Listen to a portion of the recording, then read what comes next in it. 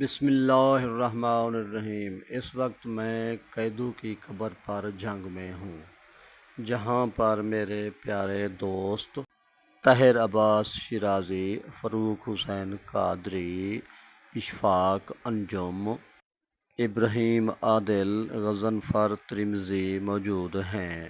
یہ قبرستان سیالوں کا قبرستان مشہور ہے، جہاں پر اس قبر پر بھی گئے جو سابق MNA امان اللہ خان سیال آرام فرما ہیں۔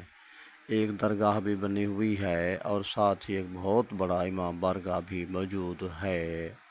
قیدو وہ قصے کا ایک اہم کردار ہے جس کو لوگ اپنے اپنے انداز سے دیکھتے ہیں۔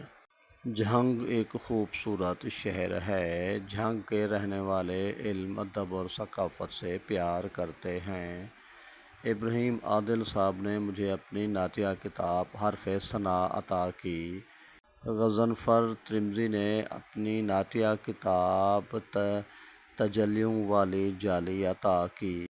ایک ممتاز دانشور جناب ممتاز بلوچ رند صاحب نے اپنی کتاب تذکرۂ سلطانی دی، جس میں حیات و تعلیمات حضرت سلطان بہو موجود ہیں۔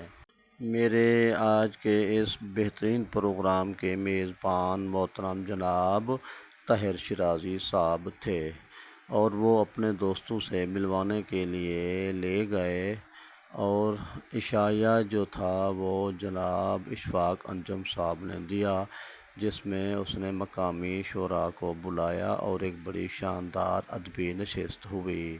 جھنگ سے بہت بڑے نامور شاعر پیدا ہوئے ہیں جو سرائیکی بھی لکھتے ہیں اور اردو میں بھی نام کمایا ہے۔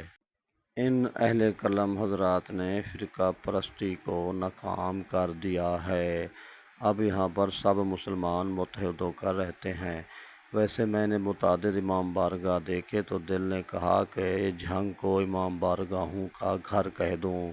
یا پرانا جھنگ کا شہر پھرایا گیا، دوستوں کی محبتوں کا مقروض ہوں۔